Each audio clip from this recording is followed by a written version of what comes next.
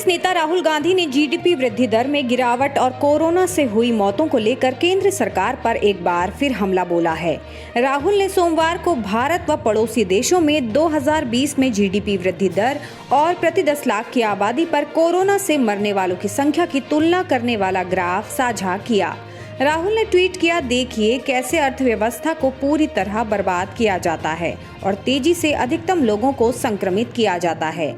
राहुल ने जो आंकड़े साझा किए हैं उनके मुताबिक मौजूदा वित्त वर्ष में भारत की जीडीपी वृद्धि दर -10.30% रहने का अनुमान है, जो Indonesia, Pakistan, Malaysia, Thailand, Afghanistan और अन्य एशियाई देशों की तुलना में ज्यादा बड़ी गिरावट होगी। वहीं प्रति 10 लाख की आबादी पर कोरोना से होने वाली मौतों के मामले में भारत, चीन, पाकिस्तान, बांग्लादेश, इंडोनेशिया तथा कई अन्य देशों से आगे है। केंद्रीय गृह मंत्री अमित शाह ने कहा कि कांग्रेस और राहुल गांधी को 1962 में दी गई खुद की सलाह सुननी चाहिए। उस समय भारत और चीन के बीच हुए युद्ध की वजह से भारत को अपनी कई हेक्टेयर जमीन गंवानी पड़ी थी। शाह ने यह बात राहुल गांधी के बयान पर पलटवार करते हुए कही। हरियाणा में 7 अक्टूबर को कृषि कानूनों के विरोध प्रदर्शन के दौरान कांग्रेस के पूर्व अध्यक्ष ने भारत और चीन के बीच सीमा पर जारी तनाव को लेकर टिप्पणी की थी। एक निजी चैनल से बात करते हुए शाह ने कहा, 15 मिनट के अंदर चीनियों को बाहर निकलने के फॉर्मूले को वर्ष 1962 में ही लागू किया जा सकता था। यदि ऐसा किया गया होता तो हमें कई हेक्टेयर भारतीय भूमि को गंवाना ना पड़ता। तत्कालीन प्रधानमंत्री ने आकाशवाणी पर बाय बाय असम तक कह दिया था। अब कांग्रेस हमें इस मुद्दे पर कैसे शिक्षा दे सकती है?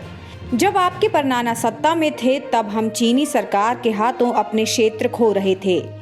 बता दें कि 7 अक्टूबर को राहुल गांधी ने कहा था, अगर हम सत्ता में होते तो चीन हमारे क्षेत्र के अंदर कदम रखने की हिम्मत नहीं करता।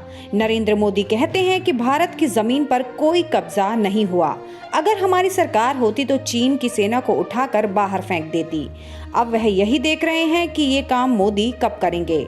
लेकिन जब हमारी सरकार यानी कांग्रेस की सरकार आएगी तो देश की सेना 15 मिनट में चीनी सेना को बाहर पटक कर मारेगी। पंजाब विधानसभा के विशेष सत्र के दूसरे दिन की कार्यवाही शुरू हो गई है। मंगलवार को राज्य सरकार की ओर से वित्त मंत्री मनप्रीत सिंह बादल ने केंद्रीय कृषि कानून के खिलाफ एक प्रस्ताव और 4 एक्ट पेश किए। वहीं दूसरी ओर विपक्षी विधायकों ने केंद्रीय कृषि कानून की प्रतियां फाड़ी। विधानसभा में बिल पेश करते हुए कैप्टन अमरिंदर सिंह ने कहा कि वे केंद्रीय कृषि कानून की आलोचना करते हैं। केंद्र सरकार इस एक्ट को वापस ले ले। इसके लिए उन्होंने प्रधानमंत्री नरेंद्र मोदी को पत्र भी लिखा है। इस कानून से किसानों का भला नहीं होगा, बल्कि उन्हें काफी नुकसान उठाना पड़ेगा। इसलिए केंद्र सरकार को ये बिल वापस ले लेना चाहिए। इसी में किसानों की भलाई होगी। दुनिया के जाने माने उद्योगपति एवं सामाजिक कार्यों से जुड़े अरबपति बिल गेट्स को कोरोना वायरस महामारी के खिलाफ लड़ाई को लेकर भारत से बड़ी उम्मीदें हैं। उन्होंने कहा कि कोविड-19 से निपटने, खासकर व्यापक स्तर पर टीका बनाने में भारत के अनुसंधान एवं निर्माण कार्य अहम भूमिका निभाएंगे।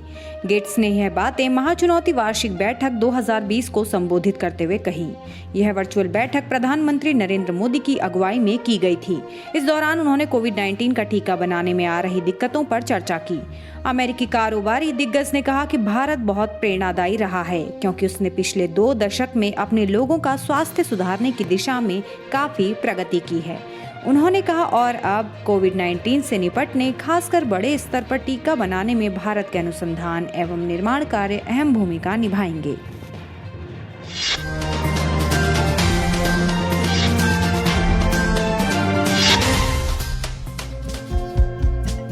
हमारे चैनल को लाइक, शेयर और सब्सक्राइब जरूर करें और नई अपडेट्स के लिए बेल आइकन दबाना ना भूलें।